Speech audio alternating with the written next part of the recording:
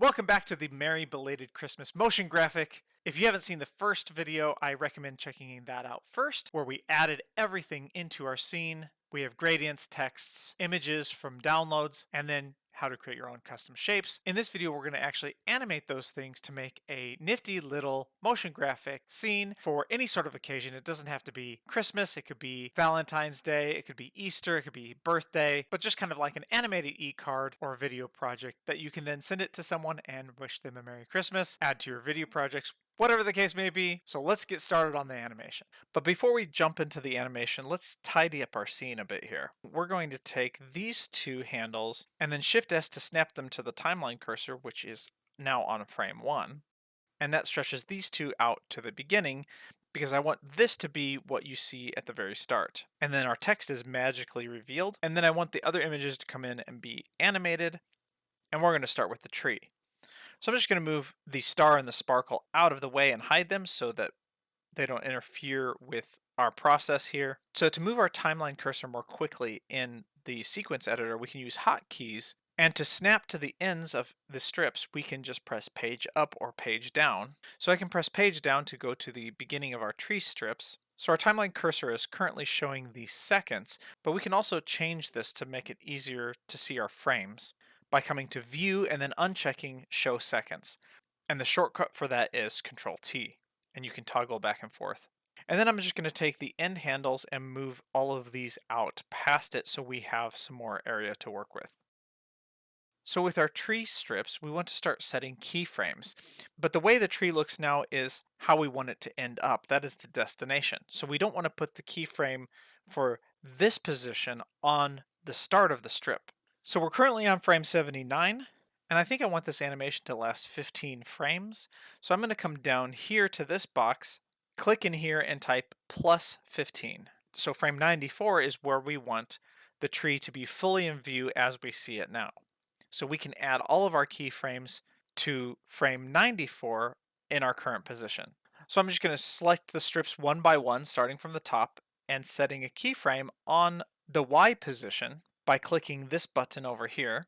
Because it's just going up and down, we don't want it to go left and right. So we're just going to do it on the Y for all of these. Okay, so those are the final keyframes. So let's go to the beginning. We're kind of working backwards now, going back to frame 79. And now we have to drag all of these up because we want them to come from the top.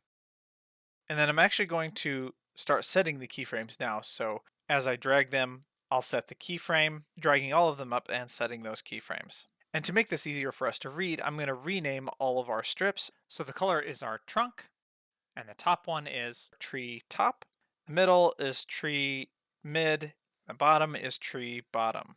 And now if I scrub through the timeline, you can see them all coming down like an accordion. But I don't want it to come down like an accordion, I want them to come down separately. So we have to adjust our keyframes just a little bit. So let's make some room here. I'm going to pull this up and then hover my mouse over the corner where you see the crosshairs, click and drag down to duplicate this area. We're going to change this area to the dope sheet. And for now, I'm just going to collapse the hierarchy so we only see the summary. And now you can see our two keyframes. So it's just one from the start and one where they end. I also want to check this button so we only see the keyframes for the selected strip. So let's zoom in so we can see it a little better. So we've got our tree top. I'm just going to adjust the timeline here. And now if I open up the hierarchy, we can see that this is actually the same keyframe, just represented all the way down the hierarchy. If I take these two keyframes and move them, you can see all of these keyframes are moving together. But all of these keyframes are just one keyframe, which is the translate Y on our tree top, which is our Y position slider right here. And you can see that keyframe is yellow when our timeline cursor is over the keyframe. But if I move the timeline, you can see a green color.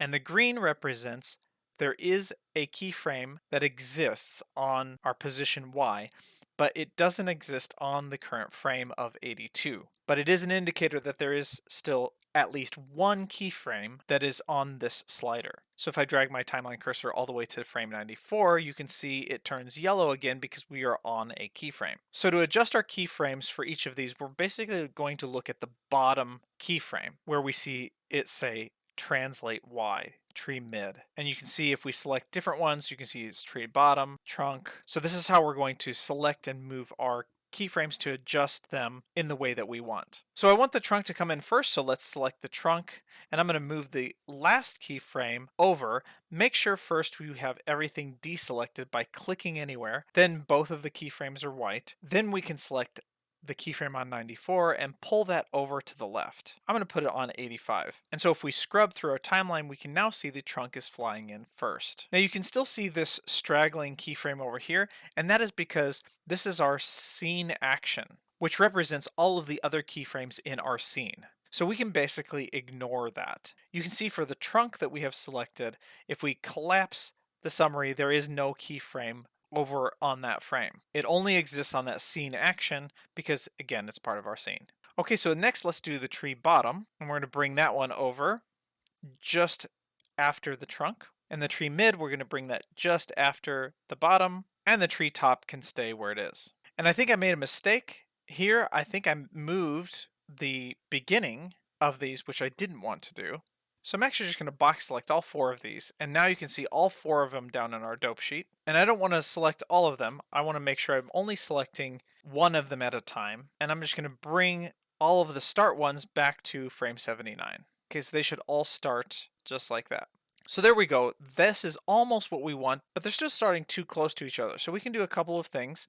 The first thing we can do is move our timeline cursor to frame 79, select all 4 strips, and select all of the keyframes within all of the 4 strips, and then press S to scale, and that will scale all of them out a little bit more so that they're spaced out a little bit differently. The second thing we can do is actually change the starting position. So I'm just going to take each of these and move them up a little bit to match sort of what we have with the tree at the end.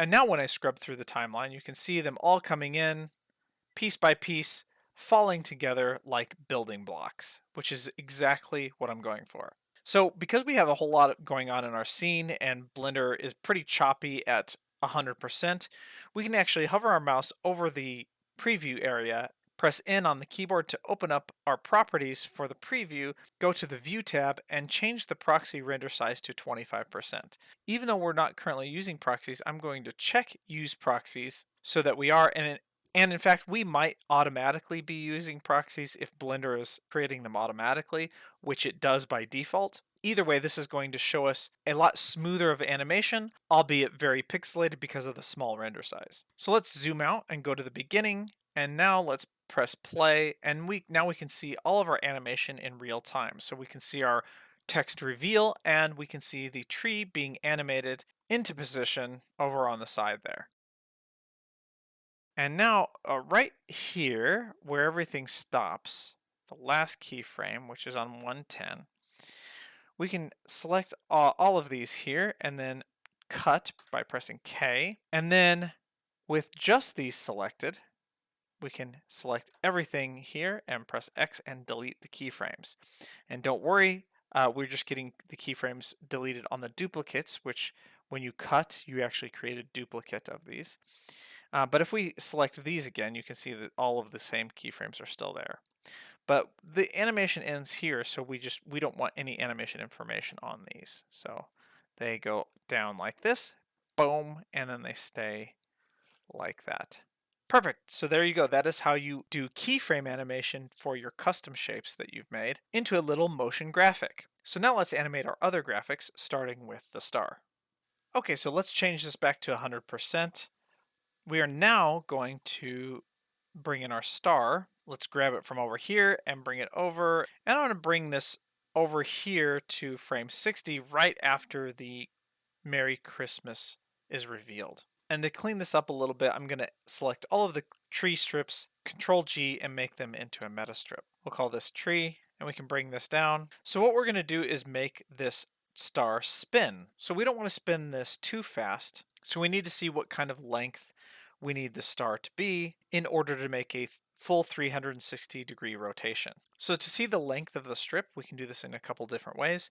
Select the strip, go to our strip properties, scroll all the way down to time. If you see the duration, we can see it's 25 frames, which is a duration of 1 second, or just over 1 second, because we have a frame rate of 24 frames per second. You can also see this number 25 here at the end of the strip, so that's how long it is. So I want to make this a little bit longer, and to be precise, we can come to duration, click in here, and then after 25 we can type times 4. And now we have 100 frames, and then we'll page down to start at 60. So let's adjust the sequencer and our dope sheet, and then come over to the transform and rotation so we can start adding our keyframes. So we're going to add the rotation on at 0, and we'll collapse the summary again so it's cleaner. And then we're actually going to go to the end, so I'm going to move the timeline here and then press page down to go to the end of the strip, and then type in 360 and then add another keyframe. Okay, so now let's see what we have. And you may or may not be able to tell, but it starts off slow and then speeds up again and then slows down at the end.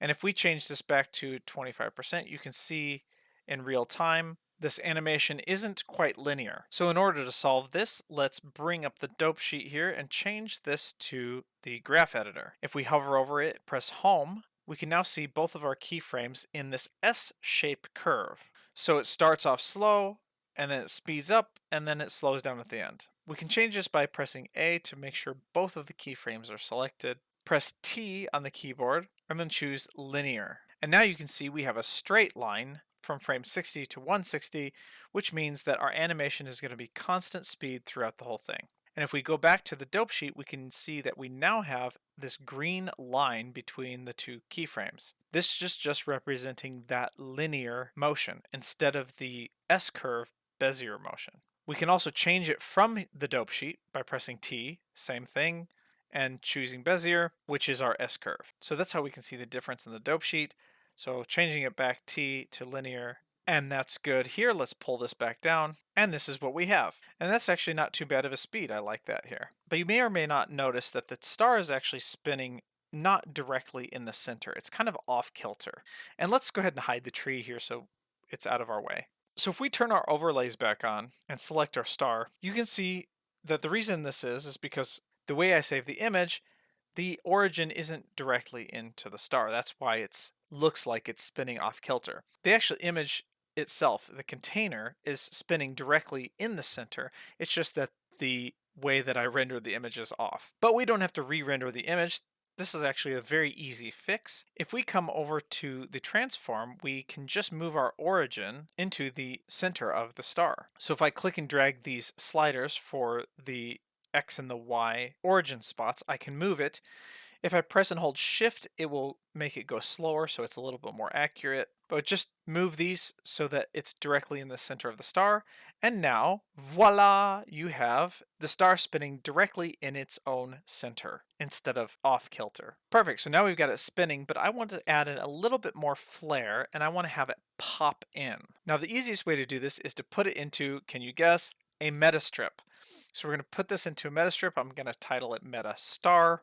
And now I could animate this if I actually go in and select the star itself. I could animate the scale of the star. It actually works better when you have just one type of animation, such as rotation, on the image, and then do a separate type of animation like the scale on the meta strip. So each of them have just one animation that you have to deal with. So at the beginning, I want the scale of the meta strip to be 0. So we'll set those to 0 and add keyframes. Then I'm going to come down to the frame and add 20, and then we'll put the scale to 1. And now when we scrub through the timeline, you can see it does start at 0 and scale it up, but it's scaling it from the center of the metastrip container, which the origin we still haven't moved. So it's scaling it from the center of our scene. So we just got to do the same thing and change the origin of the metastrip to the center of the star.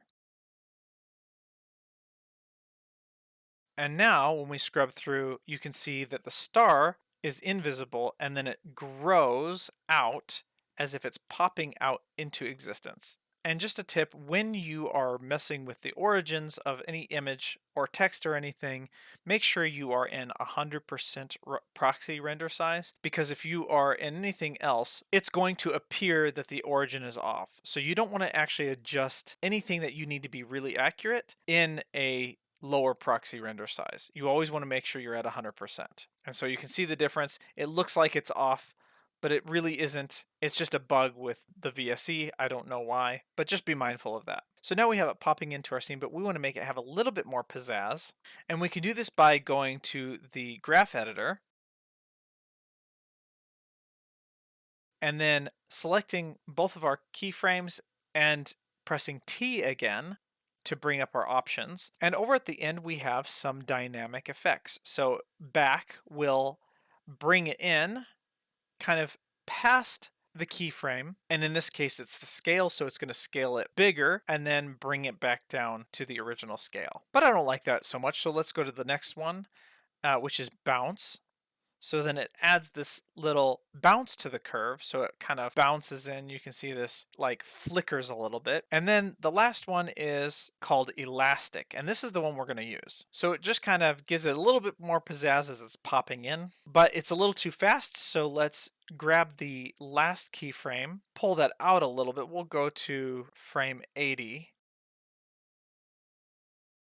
And we need to do it for both the X and the Y.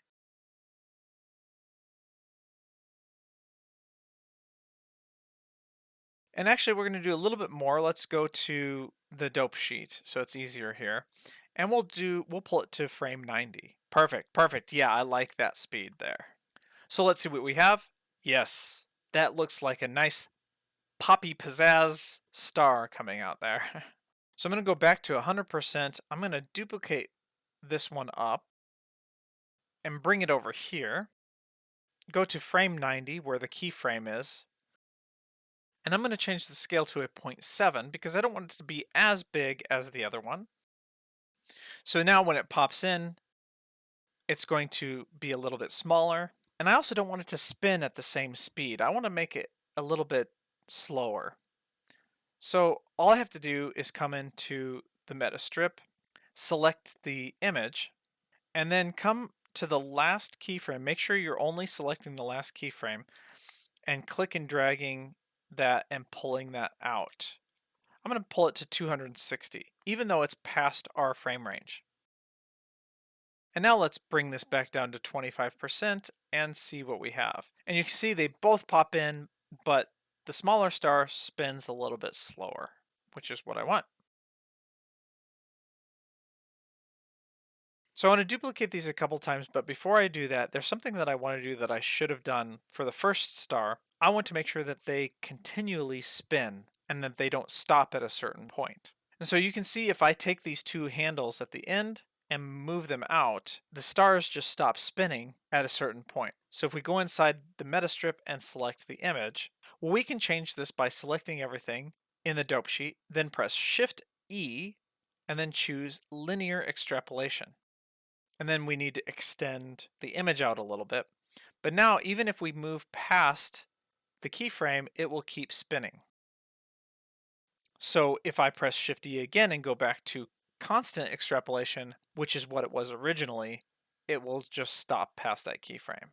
So make sure you are on linear extrapolation and it will continue to spin as long as the image strip is present. So let's do the same thing for the other one. And now they continue to spin. All right, so all I'm going to do now is duplicate both of these up. So let's extend everything out we have to fill our frame range so that we can see it. So I'm just going to adjust the top two, rotate them, make sure your pivot point is where you want when you rotate them. So whether it's individual origins or if it's median point, you want them to rotate all together. And I'm just doing the same thing that I did with the other two, just adjusting the scale of the final keyframe so that they're larger or smaller. Then I'm just going to move the meta strips so that they're offset from each other a little bit so that they all pop in at slightly different times, one after the other. And I'm just going to change these two around here because of the speed. I want the speed of the one right next to the big one to be a little bit slower. So I'm just going to change the size again here, and then adjust the meta strips a little bit more so that they all pop in. And then the last thing I'm going to do with this star, I'm just going to make it a little bit different by reversing the rotation.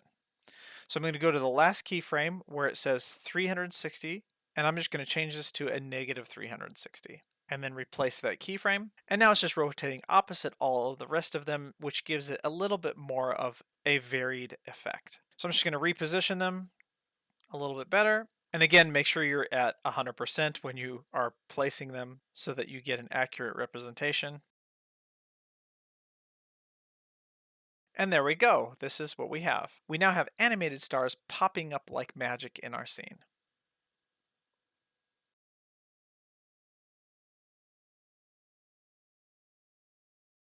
So let's unhide our tree and see what we have. And I'm going to line all of our graphics to appear right after the Merry Christmas reveal.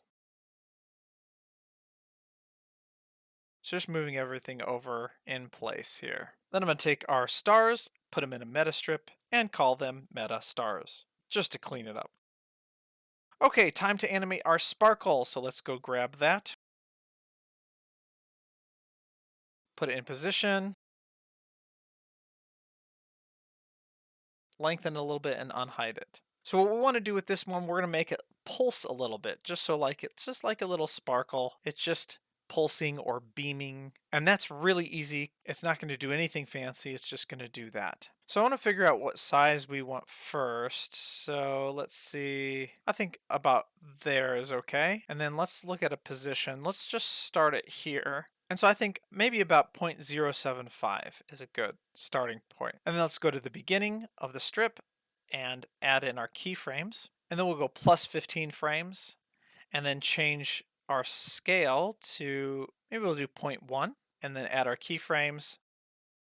And then I want to go plus 15 frames more and then go back down to 0.075 and then add in keyframes.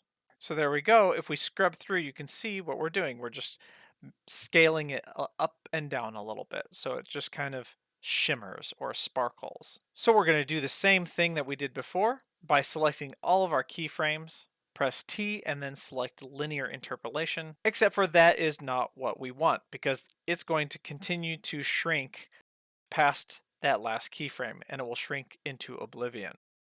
So instead, the reason why we have 3 keyframes, having it start small and then second one scaling it up a little bit and then the third one going back down to the same size as before, was so that we can make it cycle. So we want to press Shift E again and then choose Make Cyclic. And now what it will do is continue the cycle of small, big, small, big, small, big, creating that sparkle or that shimmer. And there we go, that is what we want. And we're going to do the same thing we did with the star. We're going to put it into a meta strip, call this Meta Sparkle. And at the start of the strip, we're going to put in a keyframe at a scale of 0. And we'll just do 10 frames later down here, and we'll put 0.8 instead of 1. Because I've just decided I don't want it to be as big as I had it originally. So we'll just put 0.8. Add those keyframes. And now the meta strip scales up, but remember it's scaling it up from the center of the scene. So we have to once again change the origin point to the center. I am going to scale it up to 1 for now so that we can see it better, and then move the origin point to the center of the sparkle. And now you can see it starts off as nothing and grows to its final position and then starts to shimmer. And then I'm just going to duplicate this several times, just like we did with the stars, and then having them come in one at a time, one right after the other. And then I'm going to move the meta stars above it in case we have a star that spins around it. We want the sparkles to be in the background. And there we go, we have something like this. If we go back to 25%, we can see the animation in real time.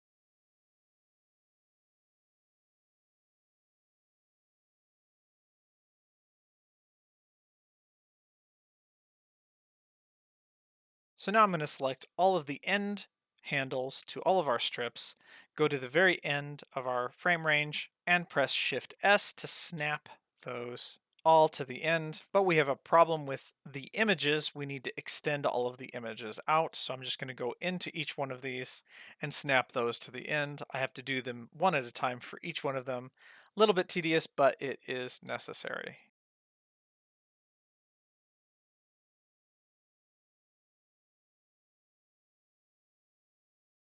All right, and this is what we have.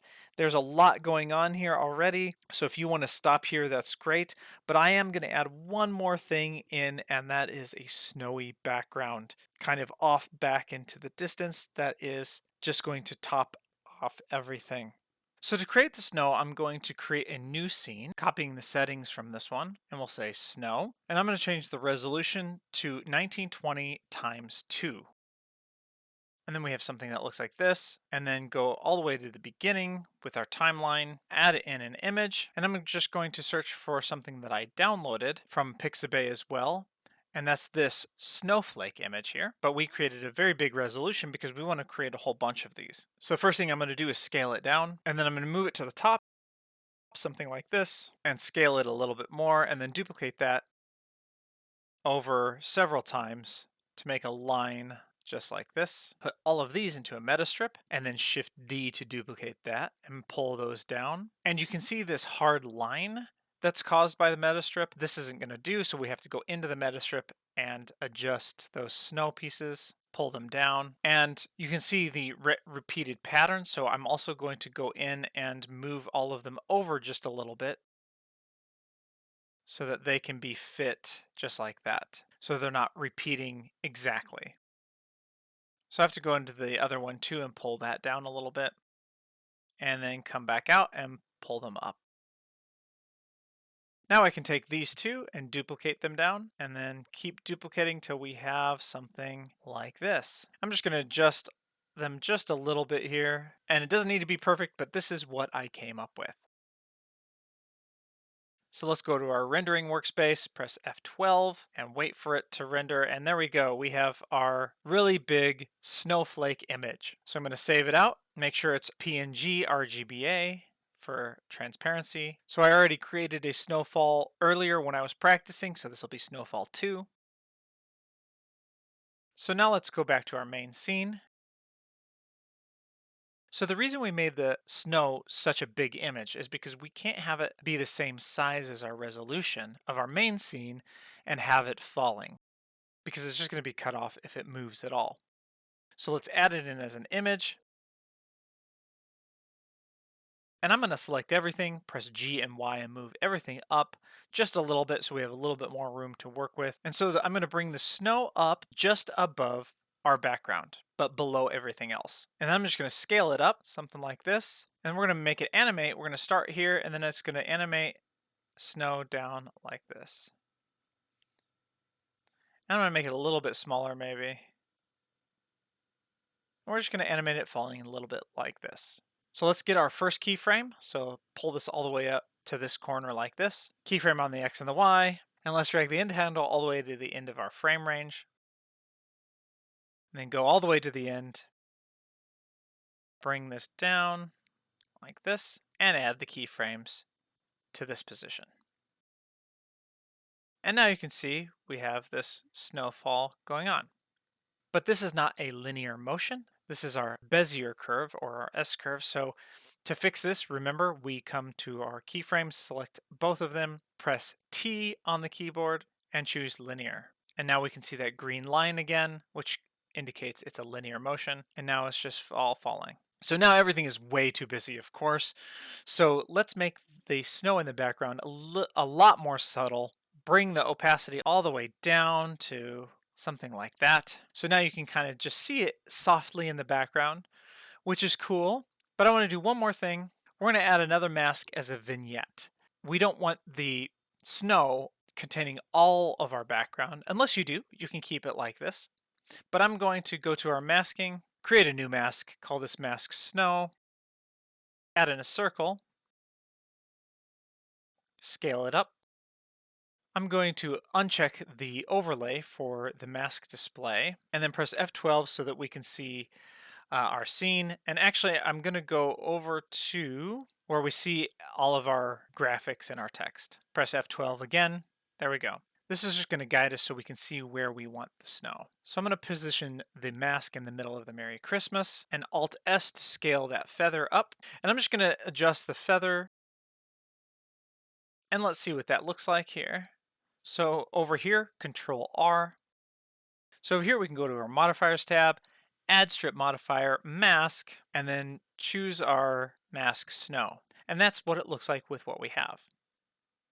And that's okay. That's kind of what I'm going for, but we want it to be a little bit more than that. So I'm just going to go back to the masking area and I'm going to adjust the fall off. And then I'll also adjust the size of the mask and the size of the feather, just tweaking it, going back and forth to our mask, adjusting, and then going to our sequencer, pressing Control R to refresh and see what that looks like. And what I'm trying to do is get it to where I don't see the snow on any of the edges, but it's gonna stay contained in the middle. So something that looks like this. So now we have a little snowfall faintly in the background and a little vignette window around our text. And we can even slow that snow down just a little bit if we wanted to. Just take the last keyframe and pull that out. Oh, I accidentally selected both of the keyframes. Make sure you're not selecting both of the keyframes. So I'm going to undo that and then click out anywhere to deselect those keyframes. Select the last one and pull that out. And now that snow is falling a little bit more slowly, and yeah, I like that. That looks really nice. So now we are ready to render everything out. So let's go to our rendering workspace. So we're going to make sure we have it rendered out like we want. And what I like to do is come up here to the corner where you see the crosshairs, pull out another area and change this to Video Sequence Editor, and then change this to Preview. And then I'll pull up the timeline here, change this also to the video sequencer, but just on the sequencer portion. And that way we can choose different random frames and see if they match our preview. So go to a random frame and see if it matches. But I did forget to do something, so let's go back to video editing. I want to actually fade it out at the end. So I'm going to add in a color and put it up at the top at the end. Put my timeline cursor somewhere in the middle of the color strip, then press Shift A to add in, go down to fade, and then say to current frame. That way it starts off invisible and then it fades into black. Perfect, so don't forget to save it. And then let's go to our rendering workspace again. What we want to do is choose random frames to see if the preview matches our final render. So go to random frames and press F12. We want to make sure that the render result is matching what we see in our preview. All right, and so that's looking pretty good. So let's go over to the properties over here. Make sure you're on your render output tab. And the very first thing that we want to make sure, which we've already done, but if you don't see your render result matching your preview, make sure down in post-processing, you have sequencer checked. I also unchecked compositor because we're not using that, but having that checked will make sure that the render result is coming from the sequencer preview. Okay, and now starting from the top, I'm going to keep everything the same here. The resolution 1920 by 1080 at 100%. Aspect ratio is fine at 1:1. 24 frames per second is fine. You can change these to your desire. I'm not going to change anything about the frame range. I'm going to ignore stereoscopy. And then the output, I'm going to do // type renders, do another / type Christmas MoGraph .mp4 because that is what I'm going to render out. Okay, the file format is going to be FFmpeg video, RGB for color, and then color management, you want to make sure this says sRGB standard. If it doesn't, then just click override and you can change it.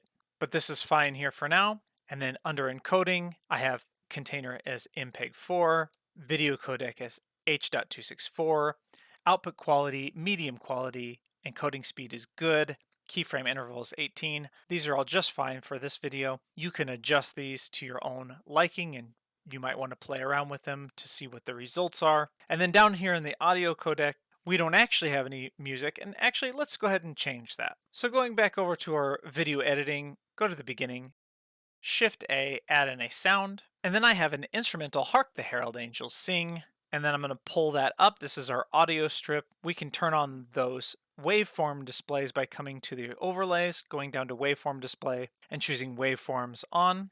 And now you can see those waveforms, and it looks like the audio actually starts way over here. So I'm going to just click and drag and slide the strip to the left so that the waveforms line up with the beginning. And then we can press play. Oh, and that is way too loud. So let's select the audio, go to the strip tab, and we'll bring this volume way down. Oh yeah, that's still a little too loud. So I'm just going to keep going down until I find something that I like.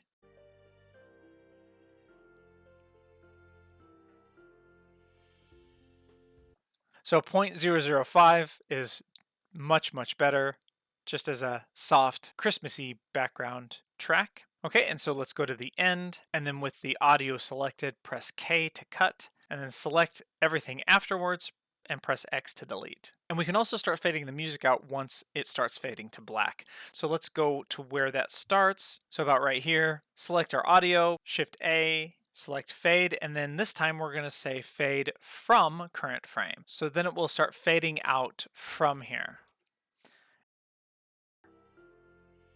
And there you go, the audio fades out with our video. Okay, save it again once more, and we are now ready to render. And I've selected the audio codec as MP3. You can select whatever you want here. Just make sure you do have some sort of audio selected. Otherwise, if you have no audio, you won't have any audio.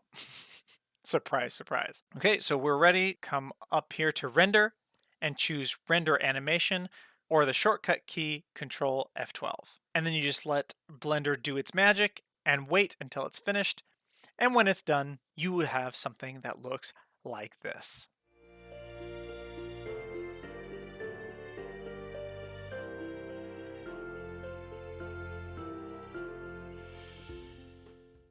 Alright, so that is it. That is how you create a Christmas motion graphic scene in Blender's video sequence editor. Of course, with these skills, it doesn't have to be Christmas. It could be any other type of occasion. So I hope this is helpful. And if you do end up using some of these techniques to make something, please share it with me in the comments. I'd love to see what you guys have to make. And with all that, I hope everyone had a Merry Christmas and a Happy New Year. And I hope 2023 is going to be an awesome year for you. So stay tuned and you'll see me in the next one.